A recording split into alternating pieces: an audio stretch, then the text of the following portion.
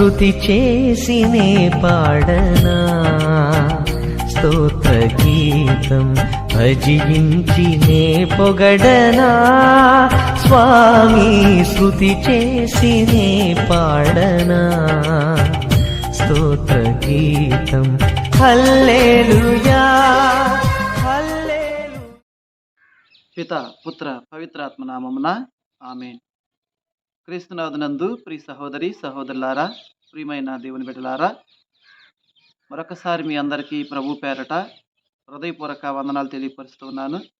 అందరికీ శుభాభివందనములు.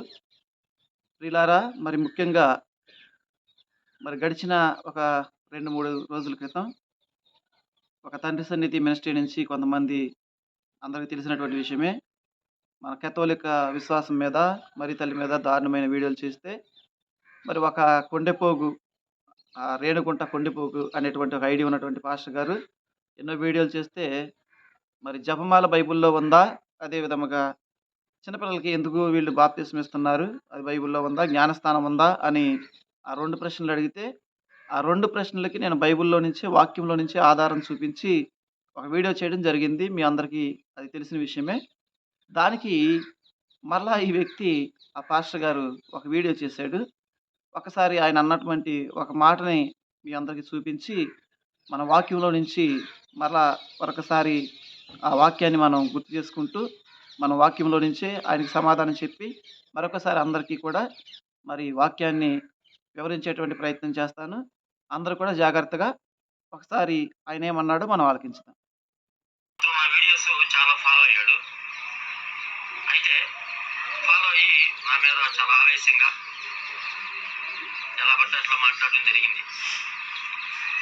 అది వారికి నేర్పేటువంటి సంస్కారం, రోమన్ కథోలిక ఫాదర్లు, బిషప్లు, పోపులు, ఆ సంస్కారం మీద అతను నా మీద వెళ్ళగక్కాడు. మీకు చూపిస్తా, వీడియో చూపిస్తాను.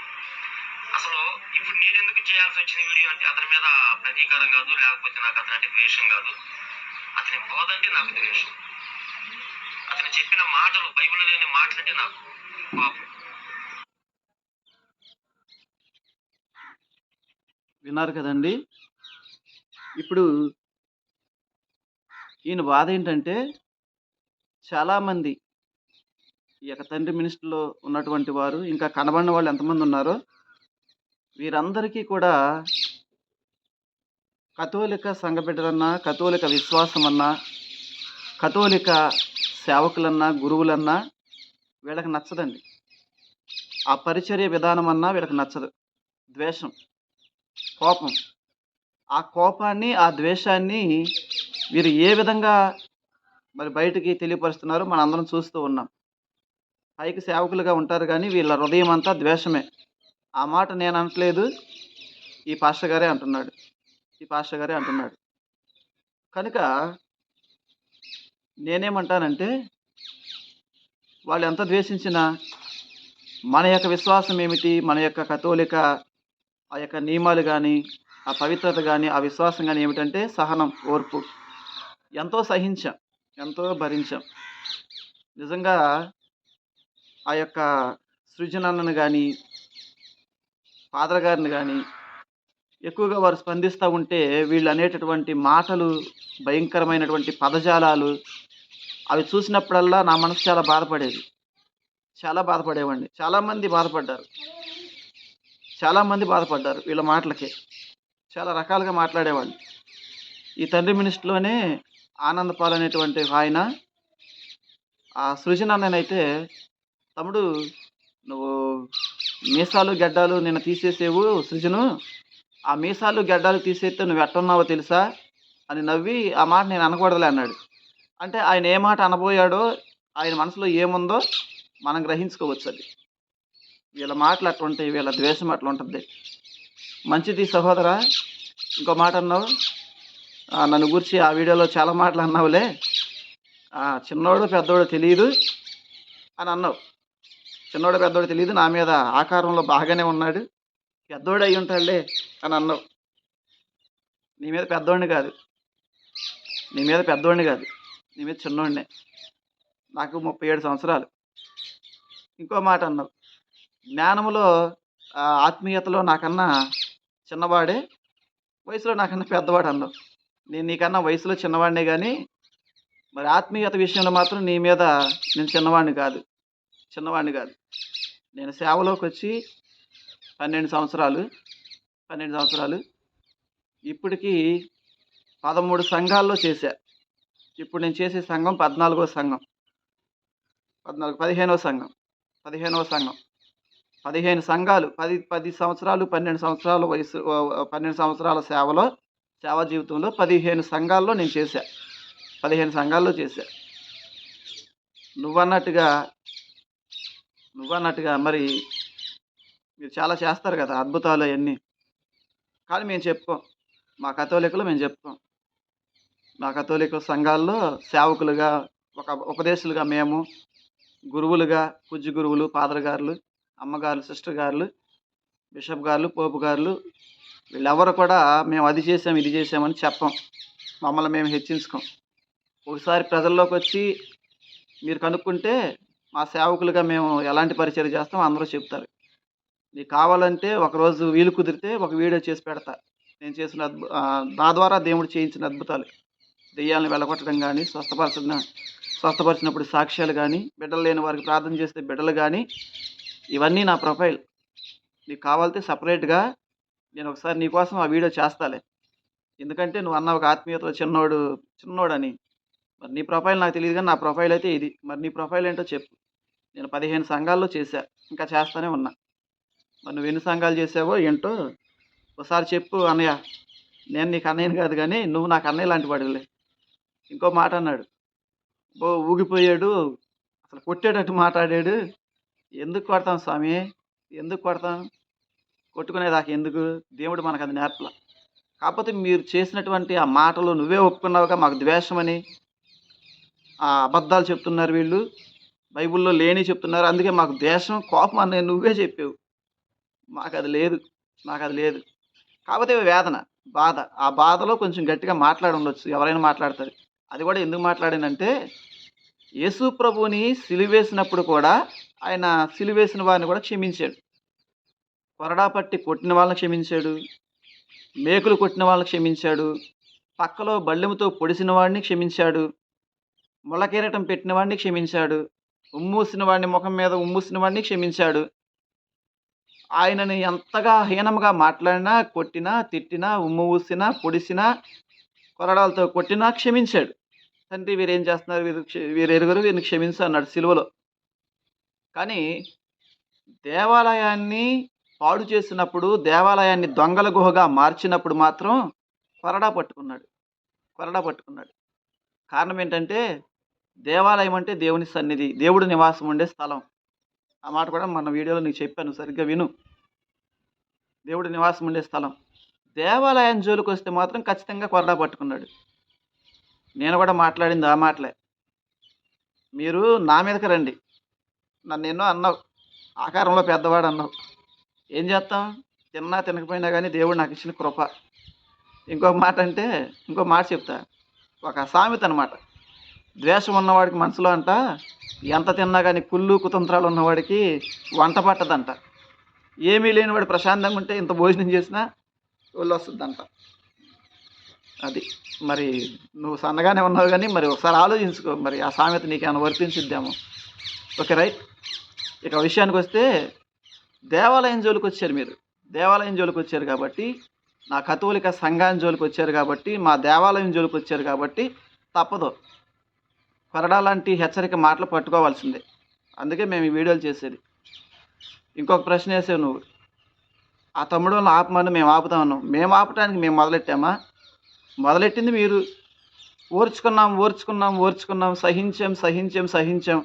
మా విశ్వాసులు అందరూ ఏంటి మాస్టర్ గారు ఇలా ఇట్లాంటి వీడియోలు చేస్తున్నారు, మనలో ఎవరు స్పందించే వాళ్ళు లేరా అని అడిగితే, ఎట్టకేలకి మా విశ్వాసుల మనోభావాలు దెబ్బతిని చాలా బాధాకరంగా మాట్లాడితే, ఇక మీలాంటి బుద్ధిహీనులకి బుద్ధి చెప్పడానికి మేము ఈ మాటలు మాట్లాడాల్సి వస్తుంది. బూతులేం మాట్లాడతలేదులే, మీలాగా మామూలుగా వాక్యాన్ని పరిచయం చేస్తున్నాం.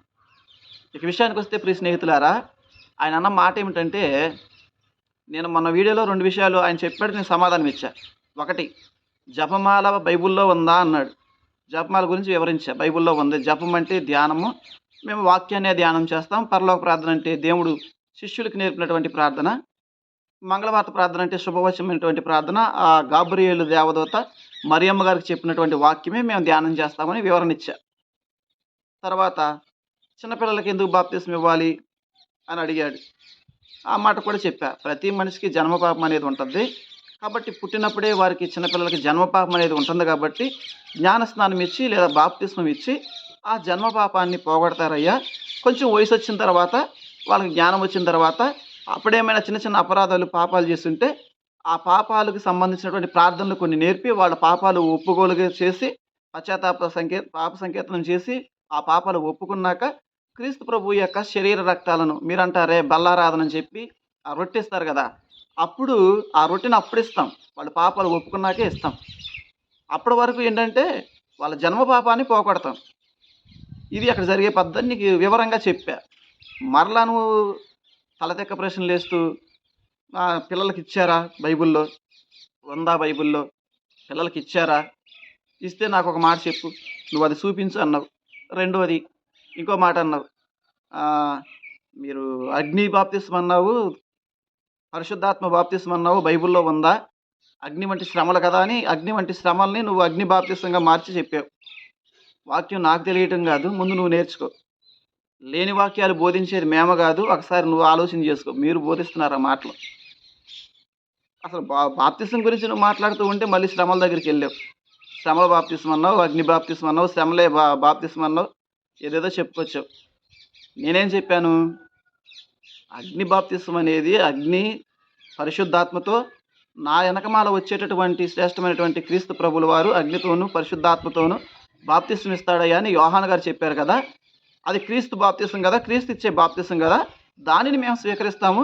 దానికి గుర్తుగా అగ్నికి గుర్తుగా క్యాండిల్స్ను ఉపయోగిస్తాము. అదేవిధముగా పరిశుద్ధాత్మకు గుర్తుగా కృష్ణ తైలాన్ని ఉపయోగిస్తాము, తెల్లటి వస్త్రాన్ని ఉపయోగిస్తాము. అదేవిధముగా నీరు కూడా కడగబడేయడానికి గుర్తు కాబట్టి నీటిని కూడా ఉపయోగిస్తామని నీకు క్లారిటీగా చెప్పా. దాన్ని నువ్వు అర్థం చేసుకోకుండా నీకు పిచ్చి పట్టిన వాళ్ళలాగా నువ్వు ఏదేదో తీసుకొచ్చేసి ఏదో కామెడీగా ఉంటుంది, వీడియో కామెడీగా ఉంటుంది చూడండి అని చూపించావు. 2 మాటలు ఏదో చూపించావు, ఈ మాటలే చూపించావు నువ్వు. మేము ఆధ్యాత్మికంగా దేవుడిచ్చే జ్ఞానస్నానాన్ని తీసుకుంటాం, ఆయన జ్ఞానాన్ని పొందుకుంటామని చెప్తే నువ్వు దాన్ని ఏదో కామెడీ అనుకున్నావు. దాన్ని అది చెప్పావు. మరి కామెడీ అంటే అది కాదు, కానీ నువ్వు అన్న మాటలు వింటేనే మాకు ఫుల్ కామెడీ, డబుల్ కామెడీ అనమాట అది. ఇప్పుడు నేను చూపించే మాటలు ఉంటాయి, వాక్యంలో నుంచే మాట్లాడతా, నేను వాక్యాన్ని చూపిస్తా. మరి దీనికి నువ్వు కామెడీ లేకుండా చెప్పు, ఎట్లా చెప్తావో చెప్పు. ఆ మాటలు ఈయన అరేంజ్ చేశాడండి, ఆ 2 మాటలని. ఏంటి? చిన్నపిల్లలకి బాప్తిస్మం బైబిల్లో ఉందా, అదేవిధంగా ఈ బాప్తిస్మం అంటే అగ్ని బాప్తిస్మం అంటే శ్రమలు అని ఏదేదో ఎక్కడి నుంచి మొదలెట్టి ఎక్కడికో వెళ్ళాడు. ఒక మాట మీరు గుర్తుపెట్టుకో. ఒక వాక్యాన్ని చూద్దాం.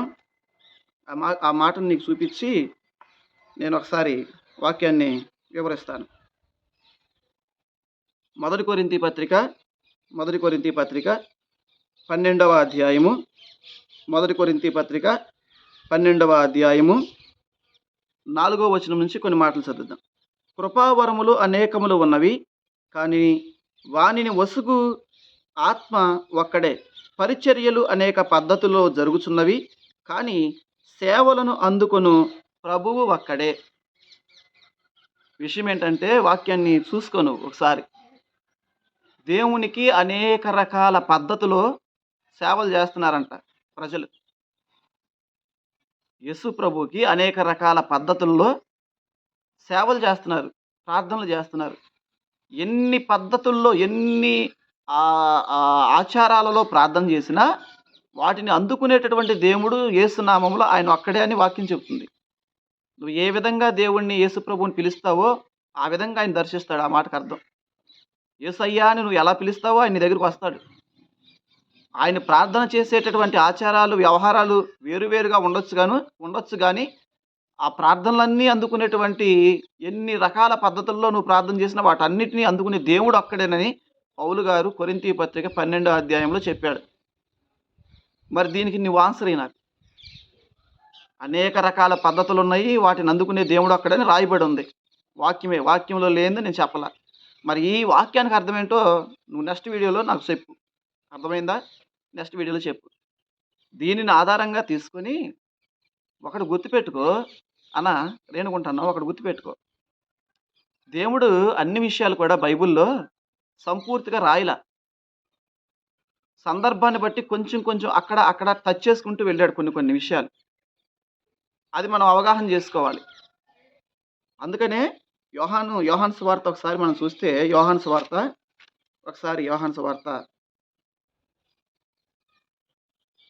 21వ అధ్యాయము, యోహాను సువార్త 21వ అధ్యాయము 30వ వచనం. యేసు మరెన్నయో అద్భుత చిహ్నములను శిష్యుల ఎదుట చేసెను, అవన్నీ ఈ గ్రంథమున రాయబడలేదు. యేసు దేవుని కుమారుడైన క్రీస్తు అని విశ్వసించుటకును, ఈ విశ్వాసము ద్వారా ఆయన నామమున మీరు జీవమును పొందుటకును ఇవి రాయబడినవి. ఎన్నో మాటలు, ఎన్నో అద్భుతాలు, ఎన్నో ఆశ్చర్య కార్యాలు దేవుడు శిష్యుల ఎదుట, సమాజం ఎదుట చేశాడు. అన్నీ కూడా బైబిల్లో రాయబడలేదని వాక్యం చెప్పింది. అన్ని పద్ధతులు కూడా బైబిల్లో రాయబడలా. మరి అవి ఏమై ఉంటాయి అంటావు? చాలా రాయలా మరి బైబిల్లో. అవి ఏమై ఉంటాయి? అవి నీకు దొరకాలంటే యెరూషలేము వెళ్ళి, నజరేతుకి వెళ్ళి, అక్కడ యూదుల చరిత్ర, యేసు ప్రభు వారి చరిత్ర గ్రంథాలు కూడా ఉంటాయి, అవి చదవాలి. అన్ని బైబిల్లో లేవు అని వాక్యమే చెప్పిందిగా. మరి ఈ వాక్యం కూడా నువ్వు నమ్మవా? లేదా వాక్యంలో ఆ మాట? నువ్వు చెప్పు, ఆ మాట లేదా బైబిల్లో? ఉందిగా. మరి ఆ మాటకు అర్థం ఏంటో చెప్పు నువ్వు. కనుక పిల్లలకి బాప్తిస్మం ఇవ్వాలని క్లియర్ కట్గా నీకు కనబడకపోవచ్చు, కానీ కొన్ని సందర్భాల్లో యేసు ప్రభు ఒక ఇంటి ఇచ్చుకుంటూ వెళ్ళాడు. మార్కు సువార్తలో చెప్పాడు ఆయన ఏమని, చిన్న బిడ్డలను నా దగ్గరికి రానియండి, ఇలాంటి వారిదే పరలోక రాజ్యం అన్నాడు. ఆ మాట కూడా మనం వివరించారు. చిన్న బిడ్డల్ని ఆయన దగ్గరికి రానియమని అర్థం ఏంటంటే, మా కథోలిక సంఘాల్లో చిన్న బిడ్డల్ని చిన్నపిల్లలుగా ఉన్నప్పుడే ప్రభు దగ్గర తీసుకొస్తున్నాం, జన్మ పాపాన్ని పోగొడుతున్నాం, జ్ఞానస్నానం అంటే బాప్తిస్మం ఇస్తున్నాం. మళ్ళీ ఆ మాట ఒప్పుకున్నాళ్ళండి. జ్ఞానస్నానం అన్నా బాప్తిస్మం అన్నా ఒకటే అని నువ్వు అన్నావుగా, నేను ఒప్పుకుంటాను ఆ మాట. సర్లే ఏదో ఒప్పుకుంటున్నానులే అని ఏదో ఒప్పుకున్నాడు. ఒప్పుకోక ఏం చేస్తాడు? Okay, right. అయితే చిన్నపిల్లల్ని యేసుప్రభు దగ్గర తీసుకెళ్తున్నాం. చిన్నప్పుడే వారికి జ్ఞానస్నానం లేదా బాప్తిస్మం ఇచ్చి జన్మ పాపాన్ని పోగొడుతున్నాం. ఇది ఒక పద్ధతి. ఈ పద్ధతి ద్వారా మా బిడ్డలను దేవుడి దగ్గర తీసుకెళ్ళి ఆయన ఆరాధిస్తున్నాం. ఆయన ఆరాధించే పద్ధతులు అనేకమైన ఉన్నవి, కానీ ఆరాధన అందుకునే ప్రభు అక్కడనే వాక్యం చెప్పింది. మొదటి కొరింథీ 12లో ఆ వాక్యాన్ని ఆధారంగా తీసుకొని మేము చిన్న బిడ్డలను తీసుకుని దేవుడి దగ్గరికి వెళ్ళాం. ఆయన కూడా ఏమన్నాడంటే, చిన్న బిడ్డలను నా దగ్గరికి రానియండి, వాళ్ళని ఆటంకపరచొద్దు అన్నాడు. ఒక ఇంటి ఇచ్చాడు, చిన్నపిల్లలను తీసుకురండి అని. ఆయన దగ్గరికి రానియడం అంటే జ్ఞానస్నానం ద్వారా, బాప్తిస్మం ద్వారా ఆయన దగ్గరికి వెళ్ళాం. ఇది ఒక పద్ధతి మాకు. బైబిల్లో అనేక రకాల పద్ధతుల్లో మాకు ఇది ఒక పద్ధతి ఎంచుకున్నాం. వాక్యమే చెప్పింది, దేవుడే చెప్పాడు, పిల్లలను నా దగ్గర తీసుకురానియండి, ఆటంకపరచొద్దు అని. మేము బాప్తిస్మం ఇచ్చి ప్రభు దగ్గర తీసుకెళ్తున్నాం. వద్దొద్దొద్దొద్దు అని మీరు ఆటంకపరుస్తున్నారు. మరి ఏం చేయమంటావు చెప్పు నువ్వు. మేమేమో ప్రభు చెప్పాడు ఆటంకపరచొద్దు, పిల్లలు నా దగ్గర రానియండి అని మేము తీసుకెళ్తున్నాం. వద్దొద్దొద్దు మా బిడ్డలను మేము తీసుకెళ్ళమని నువ్వు అంటున్నావు. ఏ పద్ధతి కరెక్టు? ఏ పద్ధతి కరెక్టు? దేవుడు ఏ పద్ధతిని ఒప్పుకుంటాడు చెప్పు. ఈ వాక్యాన్ని ఆధారంగా మా బిడ్డలకు మేము బాప్తిస్మం ఇస్తున్నాం. దేవుడు దాన్ని ఒప్పుకున్నాడు, తీసుకురమ్మన్నాడు. చిన్న పిల్లలను నా దగ్గర రమ్మన్నాడు, తీసుకురానియమన్నాడు. మరి నువ్వేమంటావు? ఆయన మాట కూడా తోసేస్తావు అనమాట నువ్వు. వీటన్నిటికీ సమాధానం చెప్పా, ఈ వీడియో కూడా చెప్పు నువ్వు. వీటన్నిటికీ చెప్పు. నువ్వు చెబుతావు, ఆనందపాల్ గారు చెప్తారు, లేకపోతే మీ షాలేం రాజు గారు చెప్తారో విన్నాను నేను ఒకసారి. ఆయనకి చేరవేయండి ఈ వీడియోని, షాలేం రాజు గారికి చేరవేయండి. అయ్యా మీకు వందనాలు షాలేం రాజు గారండి, మీరంటే చాలా ఇష్టం. నేను పబ్లిక్గా చెప్తున్నా, చాలా ఇష్టం మీరంటే. ఎందుకంటే మంచి గాయకులు, మంచి వాక్చాతుర్యం ఉన్నవాళ్ళు. నేను గతంలో మీరంటే బాగా ఇష్టపడేవాడిని, ఎందుకంటే మాకు సంఘ భేదాలు ఏమి ఉండవు. కానీ ఎప్పుడైతే మరీ తల్లిని మీరు మీ మనసులో ఉన్న మాట, ఇగో ఈ పాస్టర్ గారు ఇందాడు అన్న చూడాలంటే వాళ్ళ బాధ అంటే మాకు ద్వేషం, మాకు పగని అట్లా మీరు కూడా అనేసరికి బాధ అనిపించింది. ఇంక అప్పుడు ఆయన మనసు ఎట్లాంటిదా అనుకున్నా నేను. అప్పుడే మీ మీద నాకు కొంచెం అభిప్రాయం పోయిందనమాట. ఏదేమైనా ఒక్క మాట అన్నారు మీరు, తర్వాత మీరు సైలెంట్గానే ఉన్నారు.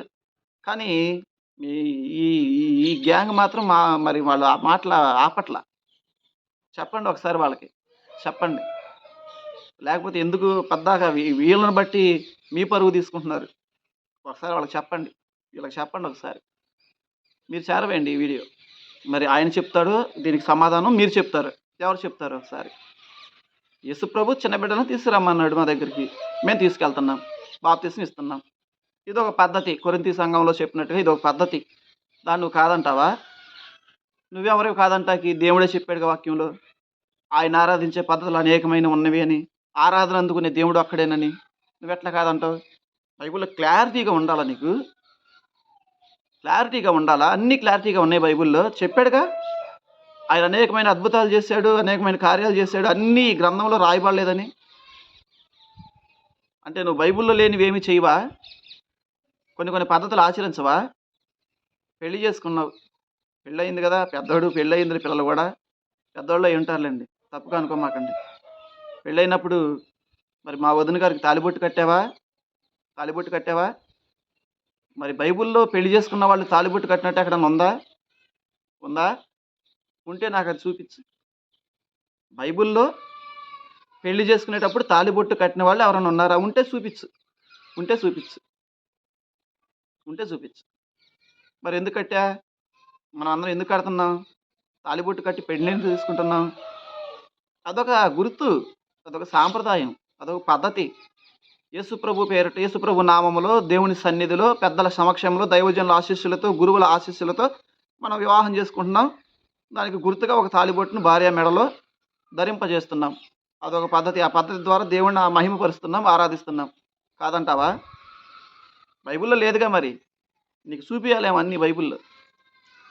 Okay, right. రెండోది, పిల్లలకి బాప్తిస్మం ఇచ్చారా ఇవ్వలేదా అన్నాడు కదా. రెండవది ఒకసారి ఆ మాటను చూపిస్తాను. అపోస్తుల కార్యాలు 2వ అధ్యాయము. అపోస్తుల కార్యాలు 2వ అధ్యాయము 38వ వచనం. అపోస్తుల కార్యాలు 2వ అధ్యాయము 38వ వచనం. మీరు హృదయ పరివర్తన చెంది మీ పాప పరిహారమునకై ప్రతి ఒక్కడు యేసుక్రీస్తు నామమున బాప్తిస్మము పొందవలెను. అప్పుడు మీరు దేవుని వరమగు పవిత్రాత్మను పొందుదురు. ఈ వాగ్దానము మీకు, మీ పిల్లలకు, దూరస్తులందరకు, అనగా ప్రభువైన దేవుడు తన యొద్దకు పిలువబడిన వారందరకు చెందును అని వారితో చెప్పెను.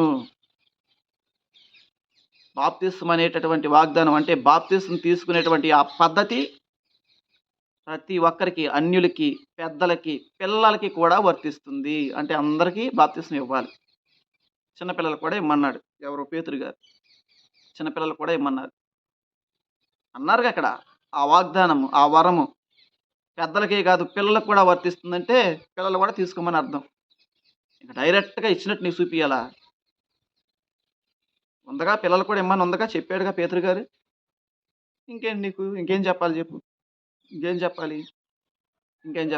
ఇంకొక విషయం, అదే అపోస్తుల కార్యాలు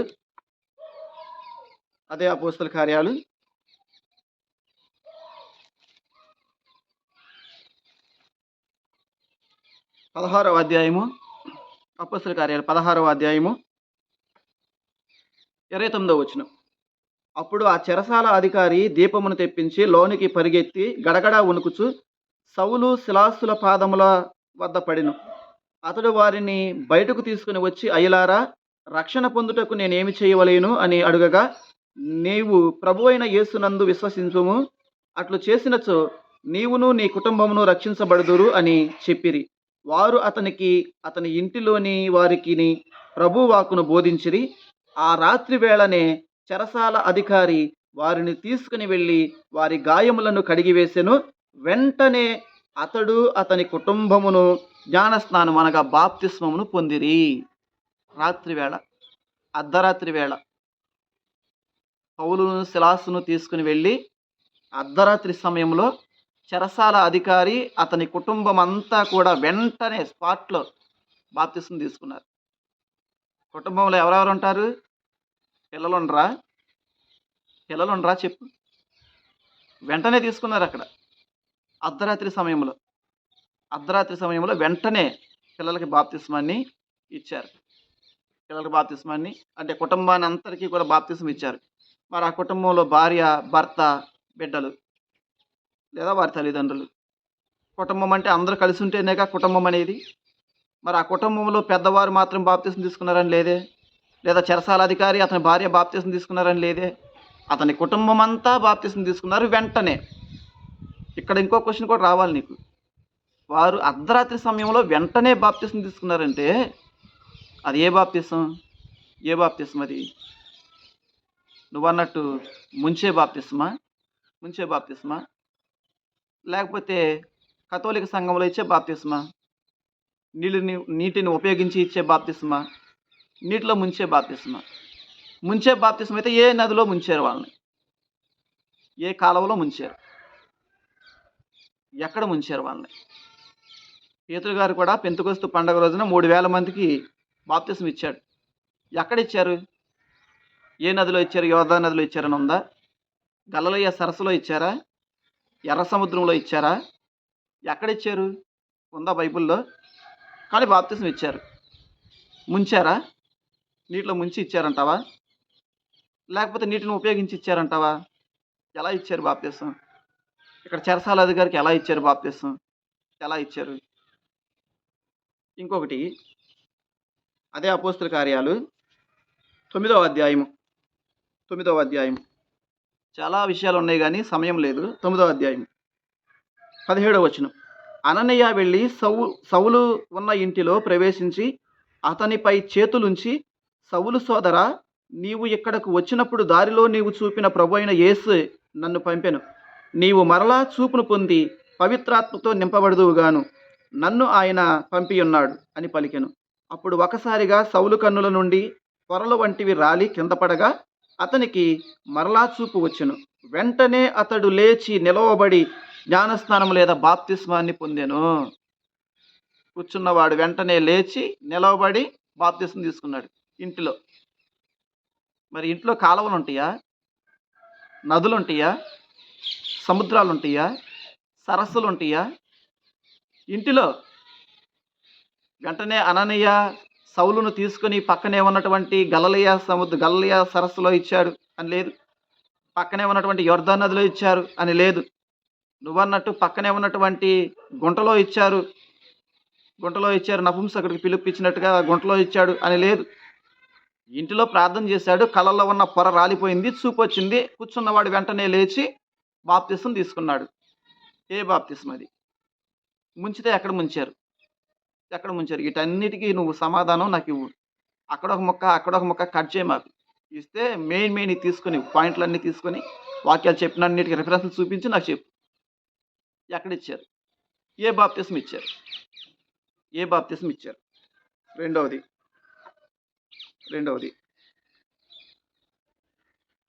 ఇంకొక విషయం, ప్రియమైన దేవుని బిడ్డలారా, నేను చెప్పే మాట ఏంటంటే, బాప్తిస్మము యేసు ప్రభు వారు తీసుకున్నారు. యోర్దాను నదిలో యేసు ప్రభు వారు తీసుకున్నారు. యేసు ప్రభు వారు అక్కడ ఉన్నటువంటి చాలామంది ప్రజలు బాప్తిస్మాన్ని తీసుకున్నారు. అయితే తీసుకున్నప్పుడు యేసు ప్రభు వారు ఆ యోర్దాను నదిలో మునిగారా? మునిగి బాప్తిసం తీసుకున్నారా? యోర్దాను నదిలో దిగి బాప్తిసం తీసుకున్నారా? దిగడము వేరు, మునగడం వేరు. ఆ ప్రజలు మునిగారా? యోర్దాను నదిలో దిగి తీసుకున్నారా? ఇప్పుడు మీరు బాప్తిసం ఇస్తున్నారుగా, వేరే రకంగా ప్రొఫెషన్ సోదరుల్ని నేను కించపరచలేదు, కానీ ఆలోచించండి ఒకసారి. నాకు ప్రశ్న అంతే, నా ఆలోచన అది. మీరు కూడా ఆలోచించండి. నేను అనే మాట ఆలోచించండి. యోర్దాను నదిలో దిగి బాప్తిసం తీసుకున్నారా? యోర్దాను నదిలో మునిగి బాప్తిసం తీసుకున్నారా? దిగి తీసుకున్నారా? మునిగి తీసుకున్నారా? దిగడము వేరు, మునగడం వేరు. నేనున్నాను, మా ఊర్లో పెద్ద కాలువ ఉంది, రోడ్డు పక్కనే. బయటికి వెళ్ళి వచ్చేటప్పుడు బండి అక్కడ ఆపి ఆ కాలువలోకి దిగి, రేవు ఉంటుంది అక్కడ, ఆ కాలువలోకి దిగి కాళ్ళు చేతులు మొహం చక్కగా కడుక్కొని మళ్ళీ పైకి వచ్చి బండి వేసుకుని ఇంటికి వస్తా. చాలామంది అలా చేస్తారు మా ఊరోళ్ళు. కాలువలోకి దిగి ఆ నీటిలోకి దిగి కాళ్ళు చేతులు మొహం కడుక్కొని బయటకు వస్తాం. కాళ్ళలోకి దిగాను కదా అని మునిగానా? కడుక్కున్నా, నీటితో కడుక్కున్నా, కానీ మునిగి కడుక్కున్నానా? కాళ్ళలోకి దిగాను అంటే మునిగినట్టేనా? దిగడము వేరు, మునగడం వేరు. యేసు ప్రభు యొర్దాను నదిలోకి దిగాడు. దిగి బాప్తిసం తీసుకున్నాడు. ప్రజలందరూ యొర్దాను నదిలో దిగారు. దిగి బాప్తిసం తీసుకున్నారు. అక్కడ బాప్తిస్మ యోహాను గారు కూడా యొర్దాను నదిని ఎందుకు ఏర్పాటు చేసుకున్నాడంటే అది పెద్ద చరిత్ర. ఆనాటి యొర్దాను నదికి ఎన్నో అద్భుతాలు, మహిమలు ఆ నదిలో జరిగించాడు దేవుడు. దానిని బట్టి యోహాను గారు అక్కడ బాప్తిస్మాన్ని ఇచ్చాడు. ఆ బాప్తిసం కూడా హృదయ పరివర్తన నిమిత్తం బాప్తిసం అది. యోహాను గారు ఇచ్చిన బాప్తిసం. పశ్చాత్తాప నిమిత్తం బాప్తిస్మం అది. వారందరికీ యేసు నామంలో బాప్తిసం ఇచ్చాడా? హృదయ పరివర్తన నిమిత్తం బాప్తిసం ఇచ్చాడా? రాసిందిగా అక్కడ ఒకసారి చదువుదాం ఆ మాట. మత్తయి సువార్త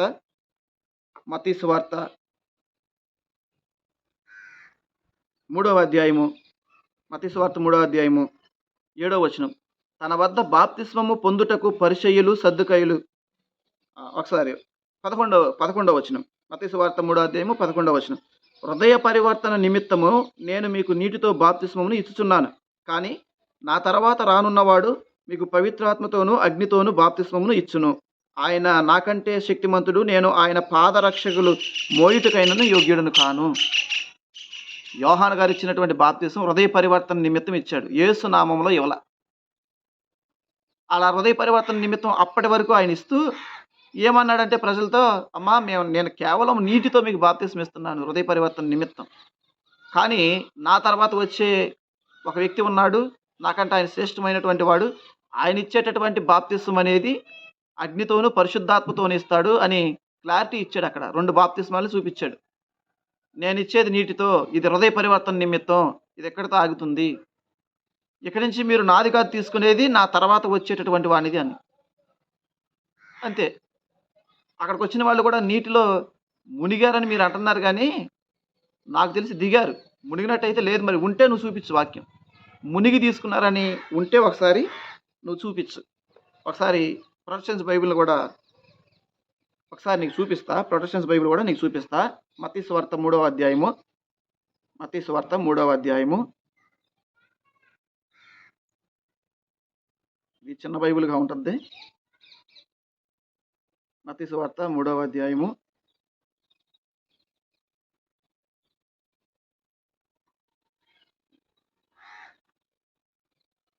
11వ వచనం. మత్తయి సువార్త 3వ అధ్యాయం 11వ వచనం.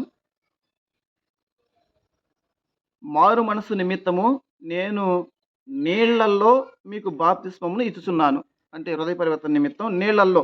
ఆ కింద కొటేషన్స్లో ఏముందంటే నీళ్లల్లో అనే కాడ నీళ్లతో అని ఉంది చూడు. నీళ్లల్లో అనే కాడ నీళ్లతో అని ఉంది. అంటే నీళ్లతో బాప్తిసం ఇచ్చాడు. నీళ్లతో బాప్తిసం ఇచ్చాడు. నీటిలో మునిగాడా తేలాడా అనే విషయం లేదు అక్కడ. బాప్తిసం ఇవ్వాలంటే నీటిని ఉపయోగించాలని మేమందరం చెప్పాం. అది అందరికీ తెలిసిన విషయమే. నీళ్లతో బాప్తిసం ఇచ్చాడు. నీళ్లల్లో మునిగాడని లేదు. అంటే బాప్తిస్మానికి నీరు ఒక అవసరమే, కానీ నీళ్ళల్లో మునిగినట్టయితే లేదుగా. నీళ్ళల్లోకి దిగడం వేరు, నీటిలో మునగడం వేరు.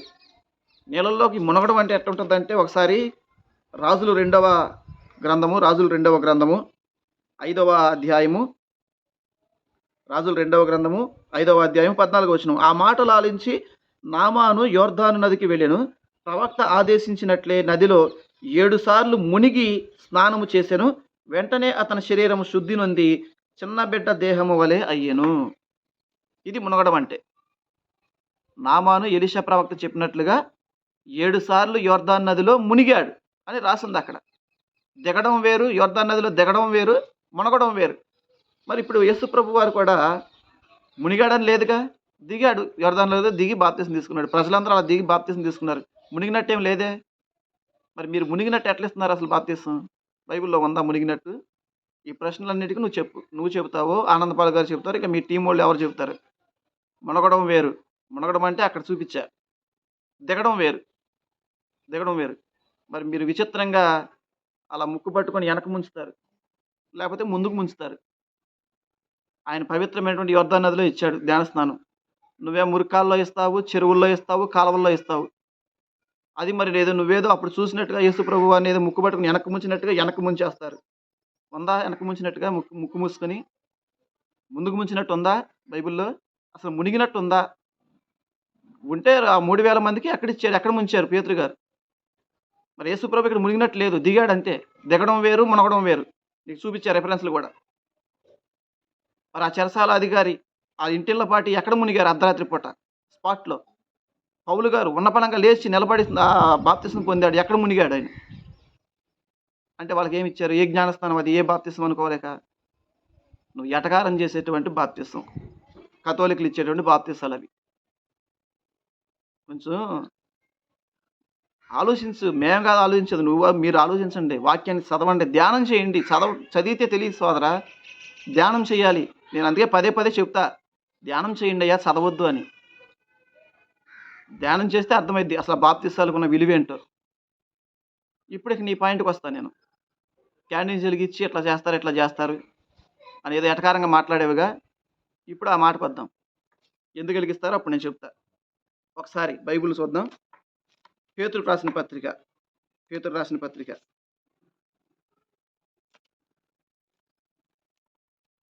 రాసినటువంటి పత్రిక, మొదటి అధ్యాయము. పేతురు గారు రాసినటువంటి మొదటి పత్రిక 3వ అధ్యాయము 19వ వచనం. ఆయన చెరయందు ఉన్న ఆత్మల యొద్దకు ఆత్మరూపమున వెళ్ళి వారికి బోధించెను. నోవా ఓడను నిర్మించుచున్న రోజులలో దేవునకు విధేయులు కాని వారి ఆత్మలే ఇవి. అప్పుడు దేవుడు వారి కొరకు సహనంతో వేచి ఉండెను కదా.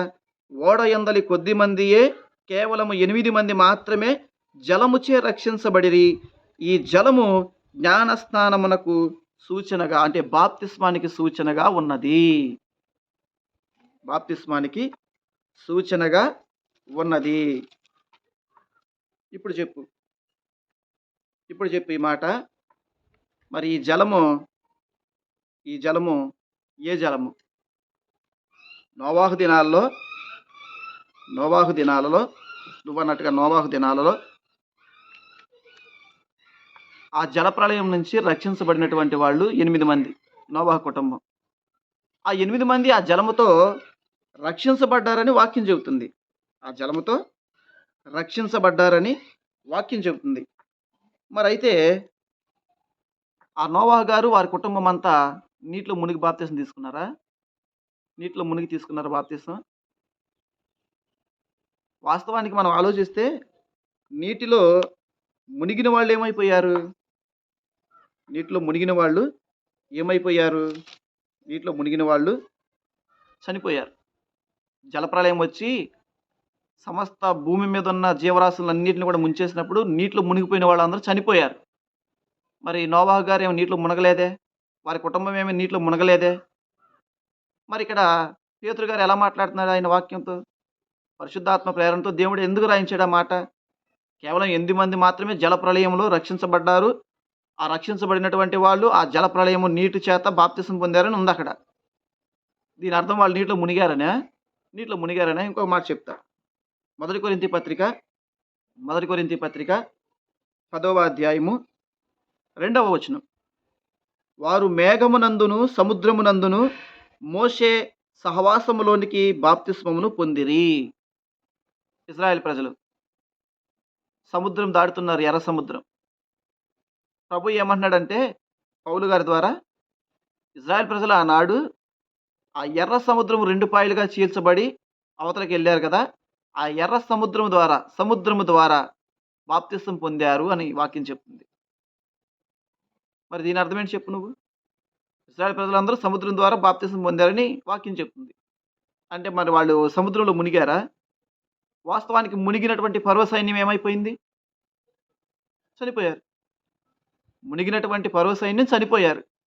మరి ఆరిన నేల మీద వెళ్ళినటువంటి ఈ యొక్క ఇశ్రాయేల్ ప్రజలు మాత్రం బాప్తిసం పొంది క్షేమంగా వెళ్ళారని వాక్యం చెప్తుంది. మరి నువ్వు అన్నట్టు మునగలేదే అక్కడ? మునిగిన వాళ్ళు చనిపోయారుగా. మరి అది బాప్తిసం అని వాక్యం చెప్తుందిగా. దీని అర్థం ఏంటి? అక్కడేమో జలప్రళయం వస్తే ఓడలో నుంచి రక్షించబడిన వాళ్ళు ఆ జలప్రళయం అనే నీటిలో నుంచి బాప్తిసం పొందారని వాక్యం చెప్పింది.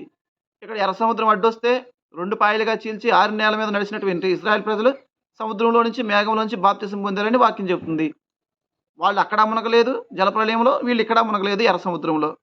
వాస్తవానికి మునిగిన వాళ్ళు చచ్చిపోయారు. జలప్రళయంలో మునిగిన వాళ్ళు చచ్చిపోయారు. ఎర్ర సముద్రంలో మునిగిన పర్వ సైన్యం కూడా చచ్చిపోయింది. మరి బ్రతికిన వాళ్ళేమో బాప్తిసం తీసుకున్నారని దేవుడి వాక్యం సెలవిస్తుంది. దీని అర్థం ఏంటి చెప్పు నువ్వు? దీని అర్థం ఏంటి? ఏ బాప్తిసం అది? మునగలేదుగా మరి. మరి నువ్వు చెప్పు దీనికి సమాధానం. ఈటికి చెప్పు నువ్వు సమాధానం. ఎందుకంటే నీరు బాప్తిస్మానికి ఒక గుర్తు, ఒక చిహ్నము. గుర్తుపెట్టుకో నువ్వు. నువ్వే కదా అందరూ గుర్తుపెట్టుకోండి. మీ ప్రొటెస్టెంట్స్ పాస్టర్లు అందరూ దయచేసి గుర్తుపెట్టుకోండి. నీరు ఒక చిహ్నము మాత్రమే.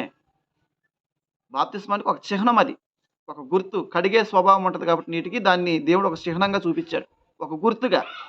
అలాగే నువ్వన్నట్టు ఎటకారంగా మేము క్యాండిల్స్ ఎందుకు వెలిగిస్తామంటే అదొక గుర్తు. ఒక చిహ్నం అగ్నికి. దేవుడు అగ్నితో మీకు బాప్తిస్మాన్ని అగ్నితోను, పరిశుద్ధాత్మతోను నా తర్వాత వచ్చేటువంటి క్రీస్తు బాప్తిస్మ ఇస్తాడని యోహాను గారు చెప్పాడు కాబట్టి ఆ అగ్నికి గుర్తుగా క్యాండిల్ని చూపించాం. క్యాండిల్స్ పట్టుకొని ఆ అగ్నికి గుర్తుగా. అర్థమైందా? అగ్నికి గుర్తు అది. ఏ విధంగా జలప్రళయంలో నీరు బాప్తిసానికి గుర్తుగా దేవుడు ఉందన్నాడో ఇక్కడ అగ్నికి గుర్తుగా క్యాండిల్ ఉంది. ఇది నువ్వు వేటకారంగా మాట్లాడుతున్నావు. వాక్యం తెలియదు మాకు కాదు. నువ్వు చదువు ముందు వాక్యం. యేసుప్రభు మునిగాడా? నీటిలో మునిగి బాప్తిసం తీసుకున్నాడా? నువ్వు చూపించు. ఎవరు మునిగి తీసుకున్నారో చూపించు. దిగడం వేరు, నీటిలో మునగడం వేరు. పౌలు గారు ఎలా తీసుకున్నాడు బాప్తిసం నాకు చూపించు. అదే బాప్తిసం. చెరసాలాధికారి ఆయన కుటుంబం ఏ బాప్తిసం? 3000 మంది పేతురు గారి దగ్గర ఏ బాప్తిసం? ఏ బాప్తిసం? చాలా చాలా మాటలు ఉన్నాయి. దాన్ని ఇంకొక వీడియో చేస్తా. సమయం లేదు. లైట్ కూడా ఫెయిల్ అవుతుంది. ప్లీజ్ స్నేహితులారా అర్థం చేసుకోండి. వీళ్ళ యొక్క దుర్బోధలు, ఇలాంటి మాటలు ఇంకా చాలా ఉన్నాయి. అవన్నీ ఆ వీడియో మీరు చూడని తర్వాత ఆయన లింక్లో దయచేసి ఈ వీడియోని అందరికీ షేర్ చేయండి. అందరికీ సెండ్ చేయండి. సబ్స్క్రైబ్ చేయండి. ఇలాంటి దుర్బోధలను మనం ఖండించి తీరాలి. కాబట్టి అన్న రేణుగుంట అన్న, నీ మీద నువ్వు అన్నట్టుగా మాకు ద్వేషం ఏం లేదు. నీకు ద్వేషం ఉందని నువ్వు ఒప్పుకున్నావు. మాకు ద్వేషం లేదు. నువ్వు బాగుండాలి, మారు మనసు పొందాలి. నువ్వే కాదు మీ తండ్రి సన్నిధి మినిస్టర్ అందరూ మారు మనసు పొందాలి. మేమందరం ప్రార్థన చేస్తాం. మాకు ఏ భేదము లేదు. అందరూ మా సహోదరులే. కాబట్టి దేవుడు మిమ్మల్ని దీవించును గాక. అలాగనే ఈ యొక్క వర్తమానాన్ని ఆలకించినటువంటి మనందరినీ కూడా ప్రభు దీవించును గాక. పిత పుత్ర పవిత్రాత్మ నామమున ఆమేన్.